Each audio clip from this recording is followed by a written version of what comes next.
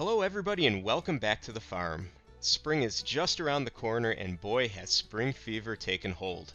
I decided to get a jump start on spring this year and I wanted to do a few fun projects in preparation for planting my big field. Now about 15 years ago my dad had a nice house here in the city and had a gigantic quarter-acre garden. The garden was immaculate and it graced numerous magazines in the early to mid-2000s. And every plant that we planted in that garden, we started from seed. The produce that those plants produced were incredible, and the things my dad was able to cook with them, equally incredible. So this year I decided to resurrect that old tradition and grow a variety of plants from seed. Because there's such a large field, I decided that this was probably the most cost-effective way of doing this. So I gathered an assortment of things, some that I still had from 10 years ago, and a few new things. But I decided to build something that I've always wanted to build, and this is a large-scale seed starting station. Now I started by Googling and Amazoning, and I noticed that the price of these things was crazy. For a tabletop setup, almost $300. For the larger multi-tier setups, $750. Or, for other varieties, $650. The prices just seemed astronomical, though this was the form factor of what I wanted. $740 for this one. And I knew that there was a way to do this on a budget, more cheaply, and to make it customized. Something like this one, for $1,200, $1,300. Just insanity. So I started scouring Google and Amazon and some of my local stores, and I bought a few things. So first of all, I bought a rack, I bought some grow lights, I bought some heat mats, and then I leveraged a lot of stuff that I already had to create what I wanted. So let's get started. This rack was on sale for $60 from Walmart. It's a 5-shelf metal baker's rack in a nice black finish. This rack is almost 6 feet tall. The racks are just about 4 feet wide. I think they were 42 inches. And they were about 20 inches deep. So in terms of surface area, this provides a lot of room for current use, but also expansion. So this rack came with some nice instructions, and it also came with some documentation about accessories that you could purchase for this rack system, including wheels and hooks and an assortment of other things. Now putting this rack together took about 15 to 20 minutes. The assembly was very easy. It uses these little plastic clamps that fit together over pre-spaced indentations or lines encircling the legs. All you had to do was line them up, click them in, and they stayed in place. The only tricky part here was aligning all 4 poles and making sure the clips were on the right indentation on each pole. Once that was set, the rack went down and it sits tightly on each rack leg simply by pressure. You push them down or bang them down pretty hard and they stay put. Now the posts of the rack, or the legs, came as 8 separate poles and 2 of them screwed together to create the full 6-foot height. So I ended up moving things around a little bit as I was putting this together just to get spacing somewhat consistent so that each of the shelves had consistent spacing between them. I put a couple shelves closer together and then I put a couple of the shelves with a wider spacing between them. That way as the plants grew, it afforded more room for the plants to grow in height. Overall, this is an excellent candidate for a seed starting station. It's a great shelving racking system and it was about the size of that $1,300 unit. So another thing that's common on these stations are grow lights, and I always wanted to get these full spectrum lights and I never really had a need for them. So I ended up getting this set of 8 with the intent of placing 2 of these lights on each shelf to get fairly decent coverage. Now what a kit this was. Holy cow, this came with all sorts of stuff. to provide maximum flexibility in how you need to mount these to whatever it is that you're mounting them to. It came with hanging hardware, clamping hardware, zip ties, and it came with an assortment of cables so that you could interconnect these things. Now, most of these grow lights have some sort of questionable comments with regard to the reviews based on these metal fins. Some people find these incredibly difficult to use, and any negative comments usually come from the installation of these fins on each light. I don't find them too difficult. You just have to kind of shake them around a little bit as you're pressing them in, and eventually they find their track and they go in. Overall, not a big deal. This was a very, very affordable set that came with a good amount of lights and certainly a large amount of accessories. So I spent the next 5-ish minutes or so putting the fins on these lights and getting them ready for the next step. And that next step is the hanging hardware. Now, I opted to use these little clip-on hangers that had kind of an eye opening on them so that you can choose however you wanted to hang them. It also came with some permanent mounting hardware if you wanted to screw these in to something. But I decided that I simply wanted to zip tie these to the rack above where the light would be aiming down toward. And this only took a minute or two to put these things on, and then it was ready for the next step, to hang them on the rack. Another very important piece of a seed starting station is heating mats. I've always used heating mats in the past, and they really increase the speed of germination of seeds. So I ended up getting 2 kits with 2 mats each for a total of 4 mats. And the size of these mats is perfect for a 72 disc seed starting tray. And we'll talk about those after. But the setup of these is essentially seamless. You pull them out of the pack, you unroll them, put them on one of the shelves, and then plug them in. And it heats up evenly with a low temperature. Now, it is worth mentioning that these also get some negative reviews, largely revolving around the fact that they don't lay flat. And if you look at these, you can tell why. They're stored, probably for long periods of time, in a rolled-up position. They're fairly rigid plastic, so they take on the shape of whatever they're stored in. But the solution to this is very simple. You roll them out, you put something heavy on them for a couple days, and they lay perfectly flat. As soon as you put a full seed starting tray on these, they sit perfectly flat anyway. So it's just kind of an eyesore until you get something laying on them. But here we have it, 4 seed starting heat mats, 1 on each shelf. They look just fine to me. As long as they provide heat, that's all that counts. So the next part of the project is hanging the lights on the shelves. But what I decided to do is alternate each light on each shelf to the left and to the right. So on each shelf there would be a light offset to the left and a light offset to the right, and then on the next shelf up I would have one offset to the right and then one offset to the left. And then it was simply a matter of zip tying them to the wire rack. I figured this would give good light dispersion from top to bottom and front to back, and evenly illuminate everything. Now, there was enough cables in here to interconnect one light to the next light in a daisy chain fashion, and then all I did is zip tie all of the wires to the sides of the rack and down to the plug at the bottom. I plugged it in, I turned it on, and holy mackerel, this thing provides a tremendous amount of light, and it's a full spectrum bright pink light. Once the seeds sprout, there's plenty of light here to keep them alive.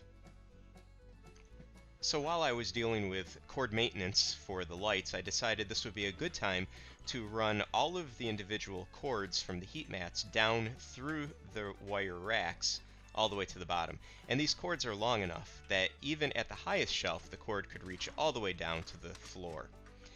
So all I did is found a nice even area in the center of the shelf, measured how far the cord had to be run to the edge, and then I started zip tying the cords together and to the pole down to the bottom. One additional feature I wanted to experiment with on my rack was a watering system. So I ended up getting a hefty clear bin and a valve, a through-wall ball valve from Amazon. And I wanted to run a hose from this container down to another valve so that I could water my plants without having to run back and forth to the sink. To be honest, I didn't necessarily need this valve. However, I bought it and I wanted to use it, so the first step in using this is to measure on the side of the bin where exactly this would be located so it doesn't interfere with the bottom curve of the bin, yet sits low enough so that it would empty most of the water. This piece is what I used to make the hole. I heated this up with a blowtorch, pressed it through the side of the bin, and I ended up with a perfect hole, the right size and shape. So once it cooled down, I wrapped it with plumber's tape and then assembled the valve. So another way that I could have done this was to just get a through wall barbed end. This valve has a 1/2 inch barb at the end of it, which then hooks into a hose of some sort. I didn't necessarily need the valve piece of this, but I figured better safe than sorry. That way I could manage the bin full of water if I ever needed to without having to worry about the hose. So this thing came with a set of silicone rings, which when compressed supposedly is supposed to keep the water out. I had some doubts about this. I tightened it up and then I decided to fill it up with water and see what happens. I ended up putting about 3 buckets of water here, and I filled this up just to the top of the nut that compresses the silicone bushing. And once that was filled, I looked down to the side, and sure enough, water was leaking. And I was worried about whether these things would seal. So I emptied the bucket. Ugh. Sorry about that. Yeah, water everywhere. What are you gonna do? Bad aim. So on round 2 here, I decided to wrap both sides with this really thick plumber's tape, and I figured the additional seal catching the threads of the 2 nuts on here would seal any and all leaks, I hoped. So I tightened everything back up again, and I put more water in. I checked the bottom, and this time around, sure enough, there were no leaks. So I was home free. I was done dropping water. No more water on the floor.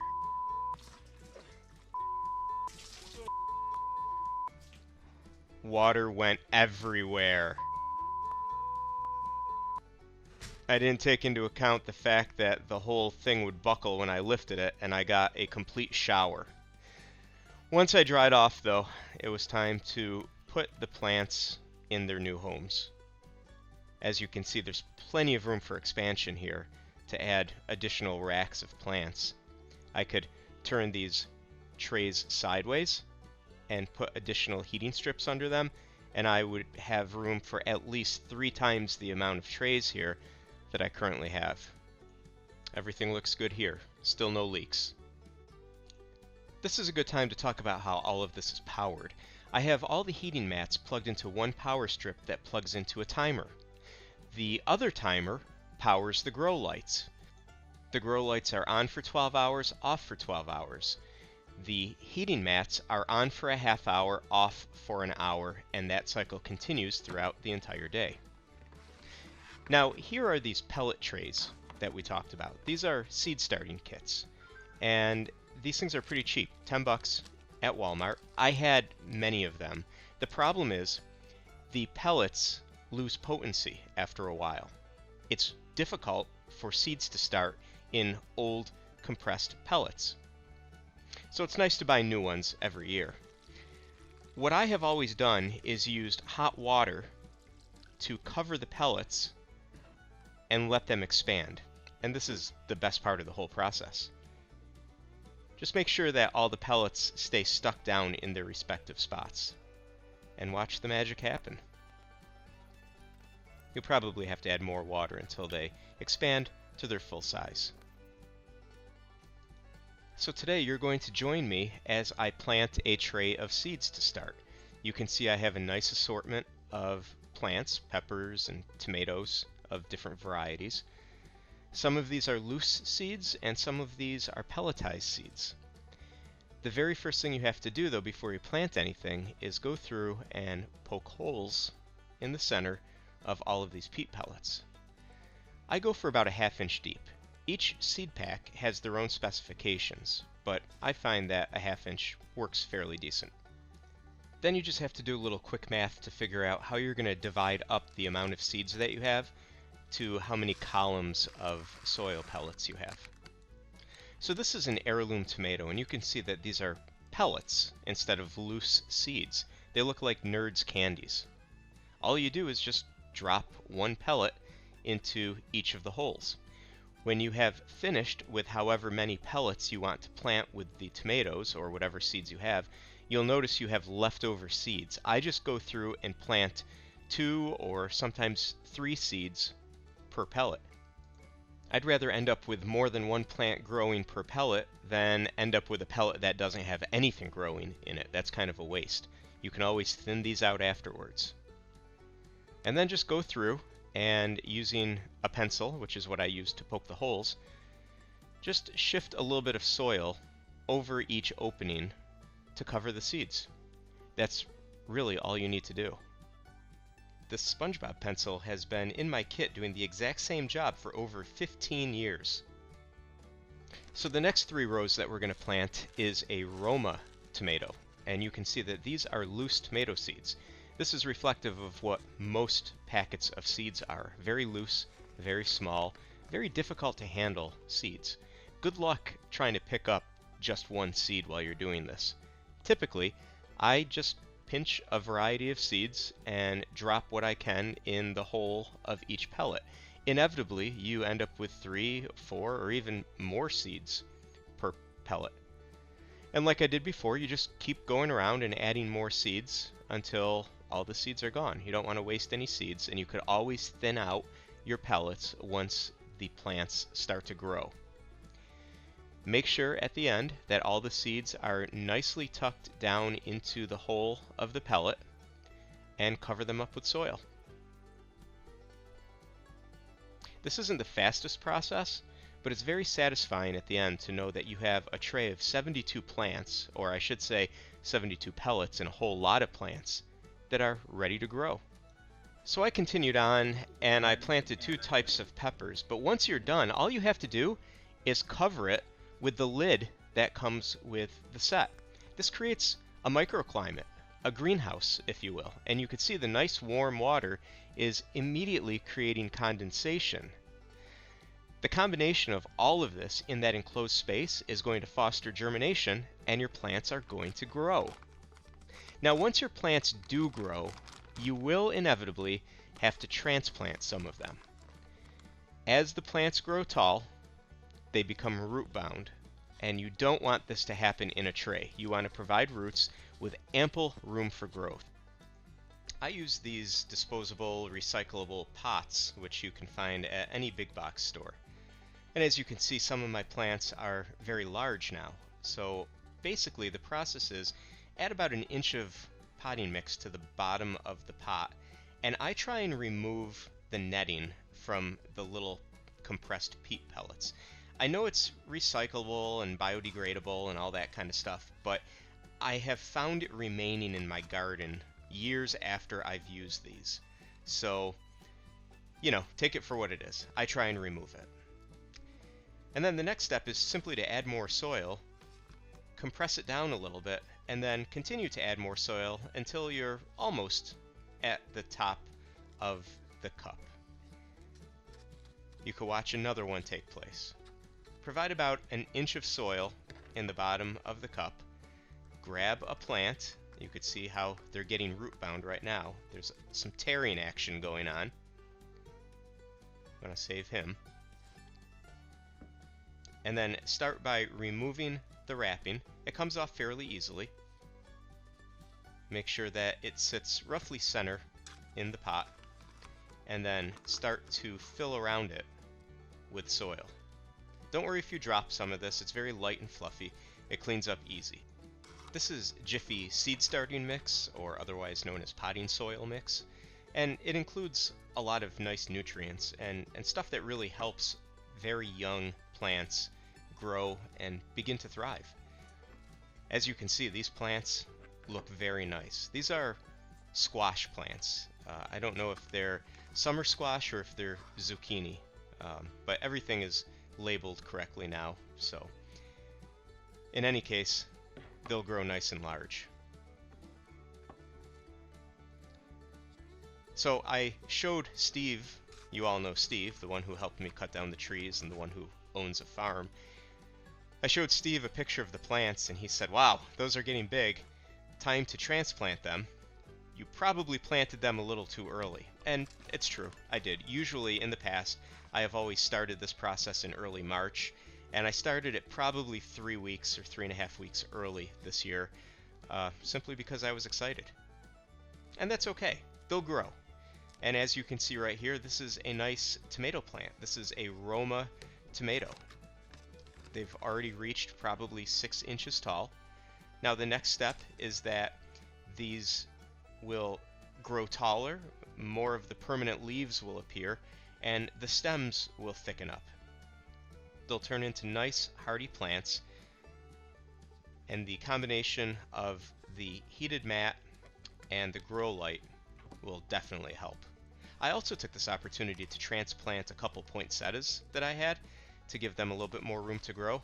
I just didn't want to throw them out. They've been growing in my house for over a year. So giving them some nice nutrient-rich soil and putting them under the grow lights will do wonders for them. So as I thinned out the seed starting trays by transplanting some of these plants, I decided to replace some of the empty spots with some plants that didn't really grow the first time around. This section is for rosemary, and you can see there's a few little plants starting to come up, but several of the peat pellets did not germinate with the rosemary seeds. So I bought more and I replanted them. As you transplant your seeds, just keep replanting more. You'll end up with loads of beautiful, healthy, strong plants. Including this container of chili peppers that I started from seeds that I brought home from a work trip to New Mexico last year. The watering system actually works quite nicely. I used it to water all of these trays that you see right here. And now you can see that with everything thinned out, there's more air flowing and there's greater opportunity for growth. I may take advantage of this in the coming weeks or month and plant some additional plants. It's always nice to have a bundle of varieties. Now, as you can see, a few days later, we have growth. Look at that. The greenhouse atmosphere has worked, and in about 6 days, my tomatoes have sprouted. The rest of the seeds will sprout soon enough. If you have a basement or some extra room in your house, you can make one of these too. I spent about $160 making this wonderful setup that would have cost me $1,300 if I bought a ready-made kit. Now, the amount that you spend will vary based on what you want to do. For example, maybe you don't want a watering system, so you don't have to spend the roughly $20 or $30 worth of parts that it took for me to put this together. Also, you may or may not need seed starting trays. You may or may not need some potting soil or tools or any of the other things that I already had hanging around that just worked. But as you can see, especially from this watering system, this works really nice. I had the PEX fitting at the end over here, so all I had to do is spend about $7 on plastic tubing. I hope this gives you a little bit of inspiration for how you can do some seed starting as well in your home, whether it's small scale on a counter or large scale like what I'm trying to do to fill a farm. As you can see, the results are quite impressive, and I have a wonderful variety of plants growing. I did have to spend a little bit of money and get some potting mix and some new trays, but a lot of what I had hanging around came in handy. Always remember to fertilize your plants as well. I use some Miracle-Gro all-purpose plant food every 2 weeks in a 1-gallon watering can. So that's it for this video. I hope you've enjoyed it, and I hope that you too will grow some plants for the coming spring. Thanks for watching, and stay tuned. Lots more to come. We'll see you on the next video.